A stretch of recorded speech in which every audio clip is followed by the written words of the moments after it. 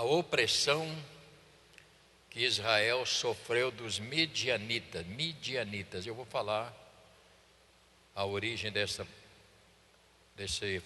pessoal aqui mais tarde. Versículo de número 1 até versículo de número 10. Fizeram os filhos de Israel que era mau perante o Senhor, por isso o Senhor os entregou nas mãos dos midianitas por 7 anos. Prevalecendo o domínio dos midianitas sobre Israel, fizeram estes para si, por causa dos midianitas, as covas que estão nos montes e as cavernas e as fortificações. Porque cada vez que Israel semeava, os midianitas e os amalequitas, como também os povos do Oriente, subiam contra ele. E contra ele se acampavam, destruindo os produtos da terra até a vizinhança de Gaza, e não deixavam em Israel sustento algum, nem ovelhas, nem bois, nem jumentos, pois subiam com os seus gados e tendas e vinham como gafanhotos, em tanta multidão que não se podiam contar, nem eles, nem aos seus camelos, e entravam na terra para destruir. Assim Israel ficou muito debilitado com a presença dos midianitas. Então os filhos de Israel clamavam ao Senhor. Tendo os filhos de Israel clamado ao Senhor por causa dos midianitas, o Senhor lhes enviou um profeta que lhes disse: assim diz o Senhor Deus de Israel, eu é que vos fiz subir do Egito e vos tirei da casa da servidão, e vocês não tomam jeito. Não está escrito isso aqui não. E vos livrei das mãos dos egípcios e da mão de todos quantos vos oprimiam, e expulsei de diante de vós e vos dei a sua terra. E disse: eu sou o Senhor, eu sou o Senhor vosso Deus. Não temais aos deuses dos amorreus, em cuja terra habitais. Contudo, não destes ouvido à minha voz. Senhor amado, esta é a tua palavra. E aqui são os tuas ovelhas. São o Israel de hoje. A descendência de Abraão que está aqui nesta manhã, Pai. Que estão vivendo hoje e servindo hoje ao Senhor. E que estas leituras também nos ajudem a entender que não podemos, Senhor, distanciar da tua presença. Abençoa, portanto, esta meditação, em nome de Jesus, e todos digam amém. Por gentileza, pode tomar o seu lugar. Como eu tenho dito, irmãos, estudar não é uma coisa fácil. Tudo que você vai fazer estudando, dá trabalho estudar. E às vezes as pessoas preferem só ouvir e não se aplica ao estudo. E é preciso que a gente, como cristãos que somos, nós precisamos nos aprofundarmos um pouco mais no conhecimento da Bíblia, no geral, porque a Bíblia não é só Mateus, Marcos, Lucas, João, não. A Bíblia é de Gênesis a Apocalipse. É Deus no Éden e é Deus lá no Apocalipse. Ele abre o livro e ele fecha o livro. Isso vai ver em Apocalipse, né? Que não era digno de abrir o selo, etc, etc. Só para você começar a entender que é preciso ler.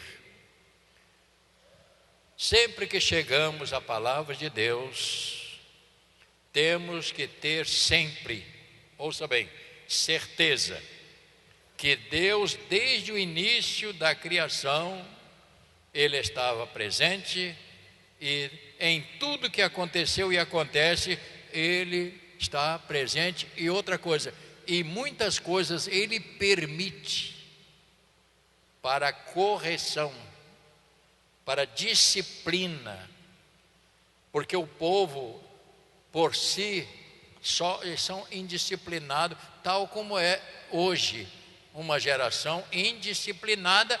Por que está indisciplinada? Porque vem de um regime do Éden de não se submeter, de não querer ouvir, não querer se colocar.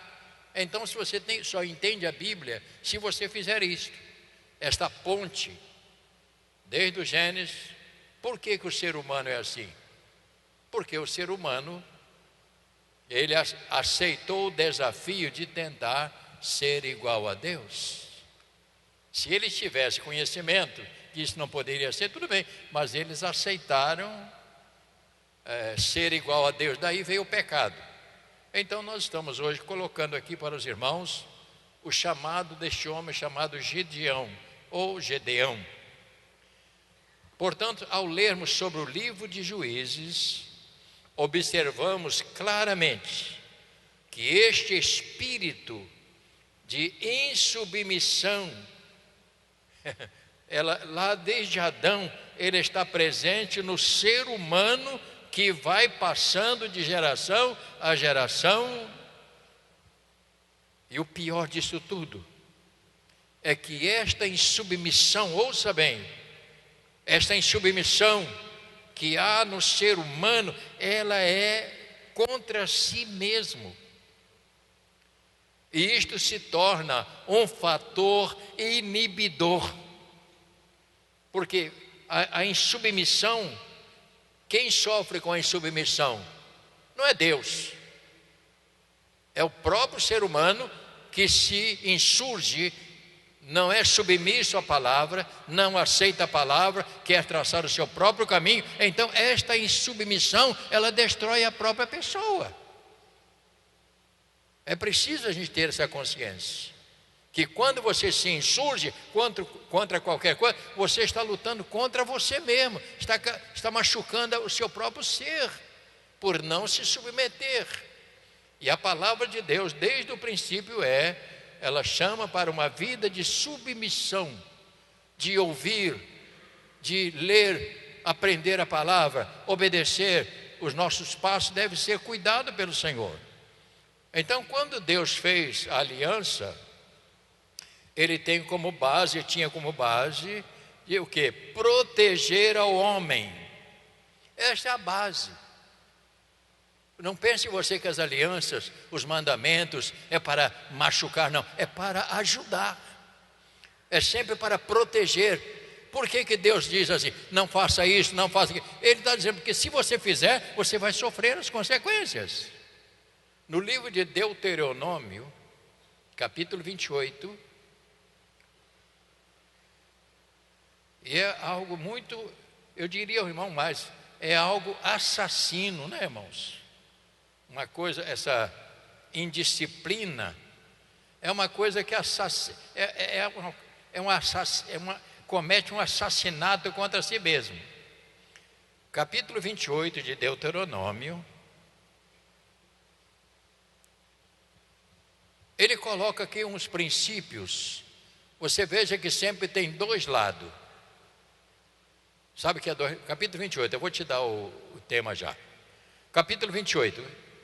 Ali Deus coloca duas bases, você pode escolher, e daí vem algo que chama-se livre-arbítrio. Você pode escolher ser nada ou ser alguma coisa.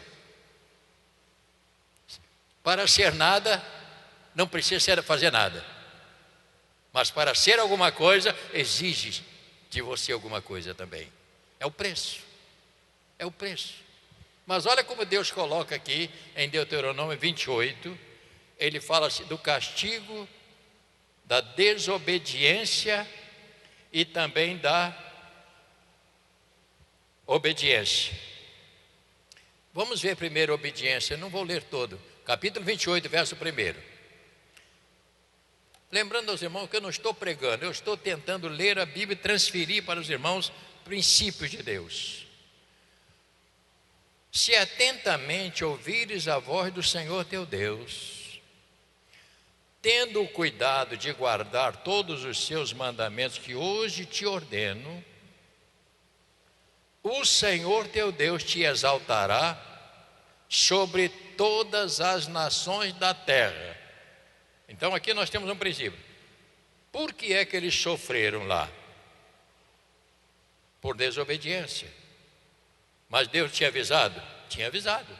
E ele continua: se ouvires a voz do Senhor teu Deus, virão sobre ti e te alcançarão todas estas bênçãos. E ele começa a dizer os frutos daquele que obedece. Bendito serás na tua cidade, bendito serás no campo, bendito o fruto do vosso ventre, e do fruto da terra, o fruto dos teus animais, e as crias das vacas e das tuas ovelhas. Né? Que coisa fantástica! E ele continua dizendo aqui: bendito o teu cesto, a tua amassadeira, bendito será a entrada, bendito ao sair. O Senhor fará que seja derrotados na tua presença os inimigos que se levantam contra ti. Por um caminho sairão contra ti, mas por 7 caminhos fugirão de ti. Até esse momento. Então aqui nós temos o que? Resultado de obediência. Portanto, a obediência é uma arma de proteção.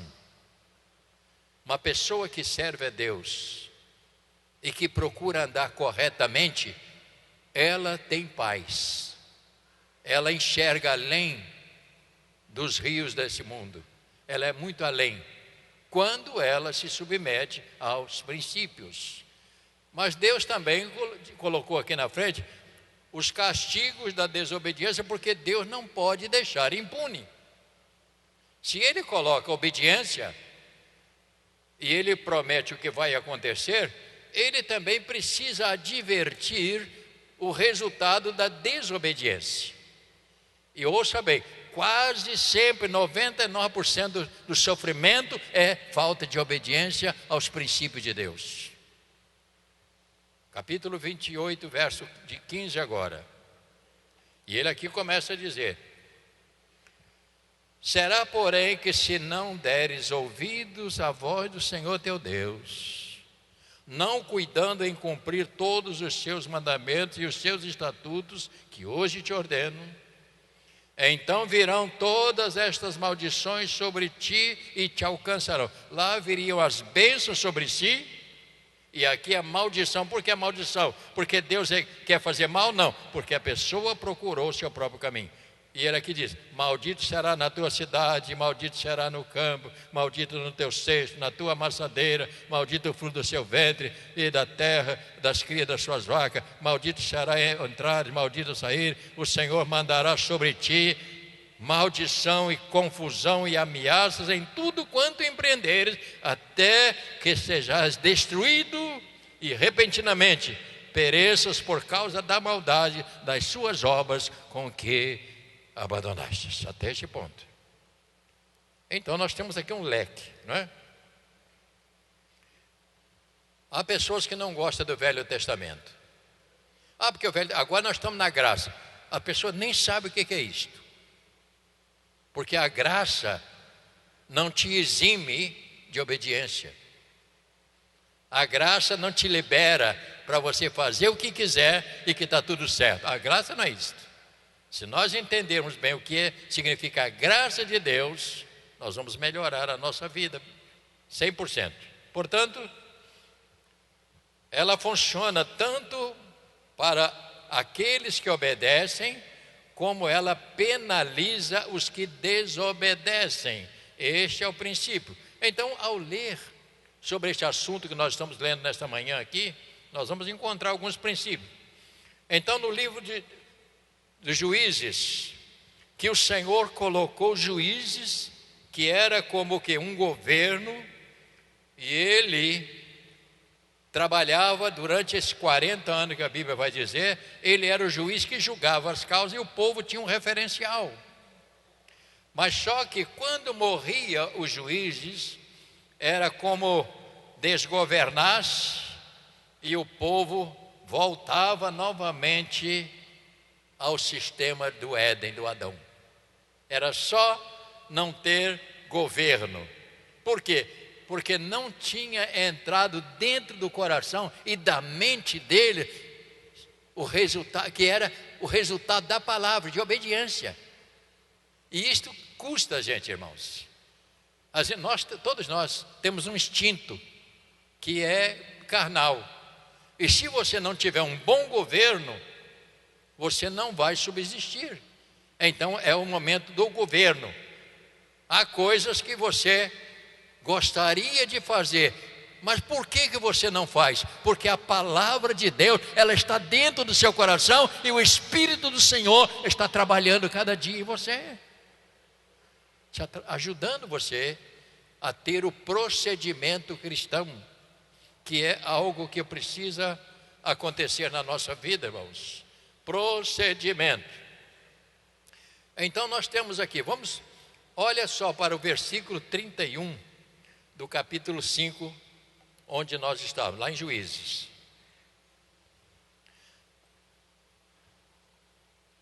Capítulo 5, ele termina o versículo 31 assim: assim, ó Senhor, pereçam todos os teus inimigos, porém os que te amam brilham como o sol, quando se levanta no seu esplendor. E diz assim: e a terra ficou em paz 40 anos. Quando a morte de Débora e outros, Baraque, a turma toda que ficou para trás, com a morte eles voltavam novamente às práticas erradas. Daí eles sofriam as consequências. Aqui nós temos quem são os midianitas. Quem já leu sabe o que é isto. Midianitas eram descendentes de Midian, um filho de Abraão e Quetura. Ele vem desta descendência. Eles não tiveram os mesmos princípios dos outros irmãos. Então este é chamado de os normandes. O que é normandes? Normandes, você entende melhor se você souber cigano. Cigano não tem morada. Não é assim, Robson? Os ciganos não deve chamar povo normande. É gente sem direção. Se juntaram e eles eram um povo que estava disposto a tomar o que é dos outros. Não sei aqui na cidade. Lá onde eu fui criado, quando chegava cigano na cidade, aquele monte de cavalo, montava aquela barraca, todo mundo fechava o galinheiro, deixava a galinha aí para sair. Porque eles gostavam de roubar a galinha. É verdade o que eu estou dizendo. Eles queriam lá trocar com você uma roupa, já querendo trocar por ouro, por joia. É um povo ladrão. Eu estou dizendo, não é isso, meu irmão? Eles, né, daí vem. Então, agora, olha o que você leu lá, o que eles fizeram com o pessoal de Deus. O que eles fizeram? Leia aí, você não leu o início? Capítulo 6, o que aconteceu? Dá uma olhada aí. Os israelitas plantavam, colhiam, eles iam para lá, roubavam tudo. Parece uma brincadeira que eu estou falando com você, mas você vê, não deixavam. Por que eles sofriam? Hein, André? Por que eles sofriam? Israel estava sofrendo por quê? Desobediência. Agora pergunta: quem desobedece o evangelho tem algum direito de reclamar de Deus? Eu não sei por que Deus parece que está pensando na mão sobre mim. Em vez de se arrepender, não adianta chorar. Pratica o que não deve praticar e depois quer que Deus abençoe. E ainda faz uma oração de cara de pau. Oh Jesus, tu conhece meu coração? Conhece sim, é um coração que não obedece. Você está entendendo, irmãos? Essas verdades, elas são fortes, mas elas precisam acontecer. O que faz a vida vitoriosa? Portanto, após o governo de Débora e Baraque, o povo voltou às mesmas práticas e distanciando-se do Senhor e sofreram. Então, quando entra naquele sofrimento, oh Deus, por que você me desamparou? Depois de sofrer, voltavam a Deus. E Deus disse para ele: também vocês Vocês são rebeldes, vocês se rebelam, vocês não querem obediência. Como é que eu vou alcançar vocês como é que eu vou evitar que o inimigo venha contra você se você não se submete? Então, aqui nós temos então o início agora, o chamamento de Gideão. Está no capítulo de número 11. Se você sentir sono, pode cochilar. Eu sei, tem irmão que ora muito, fecha o olho e abre a boca, mas ou está gostando da mensagem do queixo cair. Não é assim que a pessoa faz? Está gostando tanto da mensagem que fecha o olho e cai o quê? Fulano está de queixo caído. Com isso eu acordei, né, irmão? Presta atenção na leitura agora. Gideão é chamado. Verso 11. Então veio o anjo do Senhor e assentou-se debaixo de um carvalho, que é Ofra, que pertencia a Joás, a Abiesrita, e Gideão, seu filho, estava malhando trigo no lagar para pôr a salvo dos midianitas, porque eles tinham que fazer as coisas escondidas, porque senão os amalequitas e os midianitas não deixavam, tomavam, não deixava sustento para ele. Então ele estava lá escondido, fazendo o seu trabalho. Mas o Senhor sabe. Então o anjo do Senhor lhes apareceu e lhe disse: o Senhor é contigo, homem valente. Que coisa fantástica. Respondeu-lhe Gideão: ai, Senhor meu, se o Senhor é conosco, porque nos sobreveio tudo isto, e que é feito todas as tuas maravilhas, que nossos pais nos contaram, dizendo: não nos fez o Senhor subir do Egito, porém agora, ó Senhor, nos desamparou e nos entregou nas mãos dos medianitas. Então se virou o Senhor para ele e disse: vai nesta força e livra Israel da mão dos medianitas. Sobretudo, porventura não te enviei eu? E ele lhe disse: ah, Senhor meu, como que livrarei Israel? Eis que as minhas famílias é a mais pobre, Jesus, e Manassés, e eu o menor da casa do meu pai. Tornou-lhe o Senhor: já que eu estou contigo, ferirás medianitas como fosse um só homem. E ele respondeu: se agora achei graça diante dos seus olhos, dá-me um sinal. E ele começou aqui a pedir um sinal ao Senhor, e o Senhor agiu. Há alguns versículos na Bíblia que são importantes, irmãos. Agora o Senhor chama, versículo 25, a partir daí, Gideão destrói, primeira coisa, o altar de Baal, e ele então começa o seu trabalho de prestador de serviço. No verso 34, eu estou pulando para você entender, capítulo 6, 34. Leia comigo, por favor. Então o Espírito do Senhor revestiu a Gideão,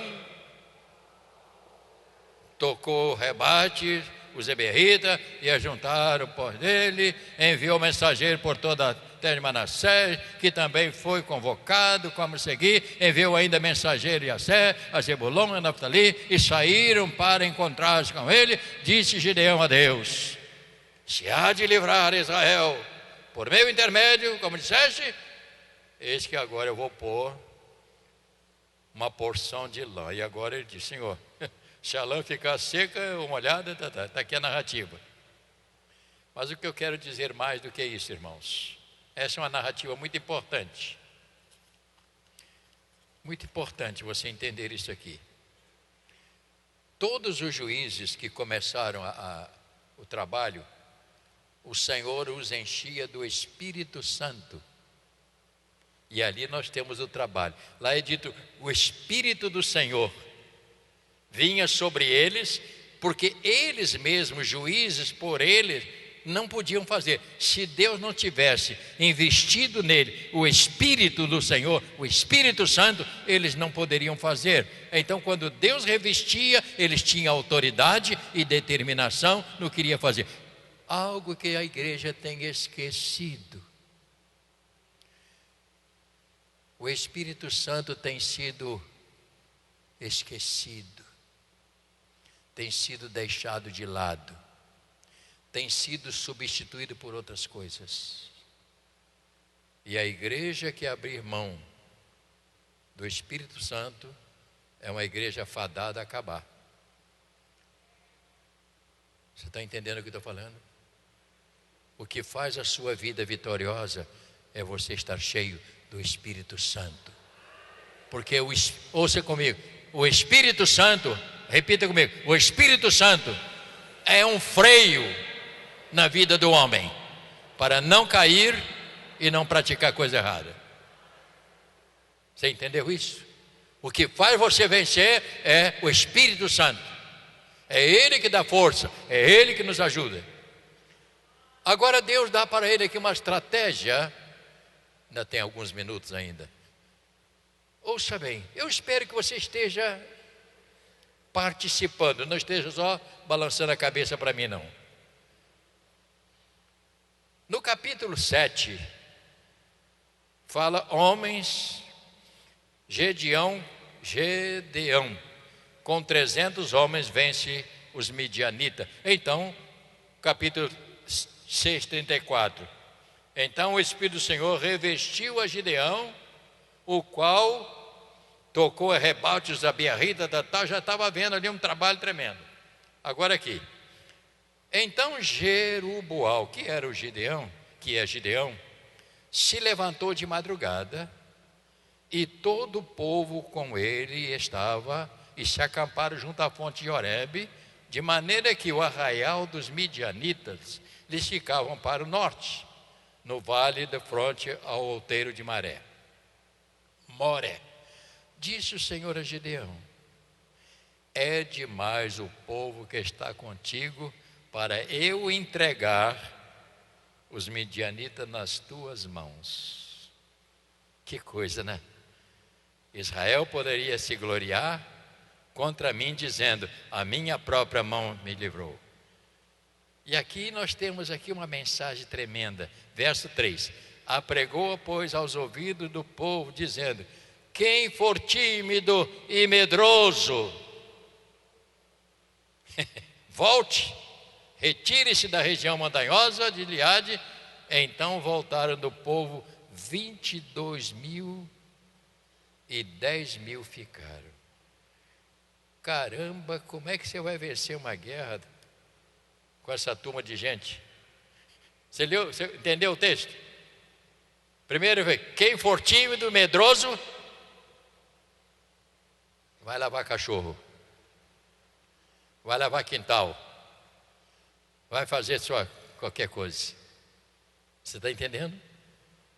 22 era para dizer: não, estamos com você, vamos nessa. Não, saíram fora, ficou 10.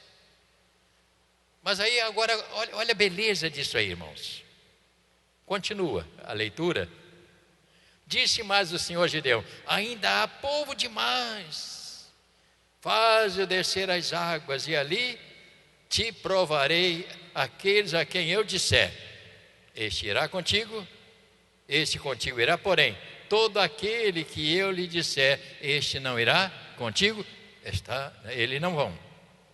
Fez Gideão descer os homens às águas. Então o Senhor lhe disse: todo que lamber a água com a língua, como faz o cão, esse porás à parte, como também a todo aquele que baixar de joelho para beber.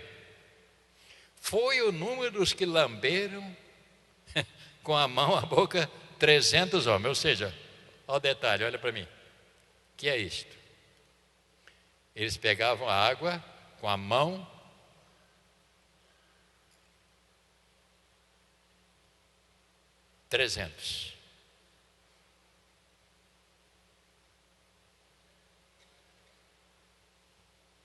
E a outra turma ajoelhou, meteu a cara na água. Esse aí não aguenta, não vence nada. O inimigo ia matar todos eles. Por isso que disse lá na Alemanha, quando houve uma guerra lá que mataram muitos alemãos. Você sabe por causa de quê? Porque um camarada gritou assim, Fritz! E todo alemão quase tem o nome de Fritz, levantou todo mundo. Aí o inimigo matou tudo. Você sabe da história dos alemães? Sabe, né? Se não sabe, já está sabendo agora.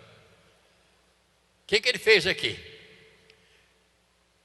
Foi o número dos que lamberam a mão, a boca, 300 homens. Então disse o Senhor a Gideão, com estes 300 homens que lamberam a água, ou eu vos livrarei e entregarei os midianitas nas tuas mãos, pelo que a outra gente toda se retire cada um para o seu lugar. Então tomou o povo provisões nas mãos, trombetas. Gideão enviou todos os homens de Israel, cada um à sua tenda, porém os 300 homens esteve consigo, estava o arraial dos midianitas abaixo do vale. Sucedeu que naquele mesma noite o Senhor lhe disse, levanta-te, desce contra o arraial, porque eu já entreguei nas tuas mãos. Meu irmão, isso é tremendo. Se ainda temes atacar, desce tu com o seu moço para o arraial. E ali aconteceu, matou aquela galera toda, 300 pessoas. Queridos irmãos, o problema aqui não está na quantidade de homens, está nas pessoas que se preparam, pessoas que estão atentas. Deus podia fazer livrar com qualquer quantidade, até sem ninguém, mas Deus queria gente qualificada. Eu vou falar sobre isso daqui a pouco. Queria gente que estivesse atento, sabendo o perigo que eles estavam atravessando. E o Senhor então ajudou. Este poder que ele venceu, andar dentro da vontade de Deus, deu a instrução para vencer. Você só vai vencer se você tirar essa turma toda que está aí, que não está nem pensando em guerra. Eu tenho que concluir, sem concluir hoje. Mas qual é a mensagem que nós podemos aprender nesta noite, nesta manhã, aliás? Qual é a mensagem? Se você quiser ouvir bem, eu vou te falar. Nossa mensagem para hoje é esta: Ele livrou eles do perigo, o Senhor livrou a Gideão com aqueles 300, matou os midianitas todos, limpou toda a área. Este foi o período deles. E agora eu pergunto hoje qual o nosso tempo? Nós temos o nosso período. Você está enfrentando uma guerra. Esta guerra hoje ela não é visível. Me ouça, a guerra que você enfrenta hoje, ela não é visível. Ela é uma guerra invisível que vem para tentar destruir a sua fé, tirar a sua esperança, perder a sua confiança em Deus. Esta é uma guerra perigosa. Efésios vai dizer, no capítulo 6, que a nossa luta não é contra... Vamos lá. Pega a Bíblia, por favor. Efésios capítulo 6. A nossa luta não é contra o homem. A nossa luta não é contra político. A nossa luta não é contra partidos. A nossa luta é diferente. Está no capítulo 6. Tem lugares aí? Tem. Todos abriram?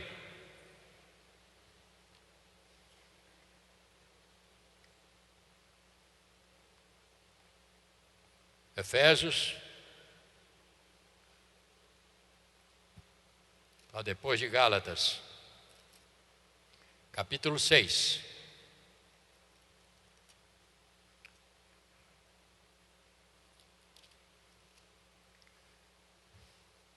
O que é que diz o capítulo 6, no verso de número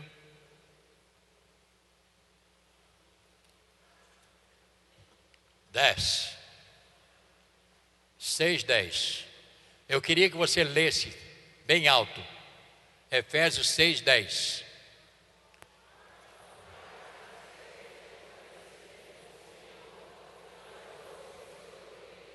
Até esse ponto, olha para mim. Prestou atenção? Quanto ao mais, irmãos, sejam fortalecidos no e na força do seu. Como você vai enfrentar lutas espirituais se você não entender?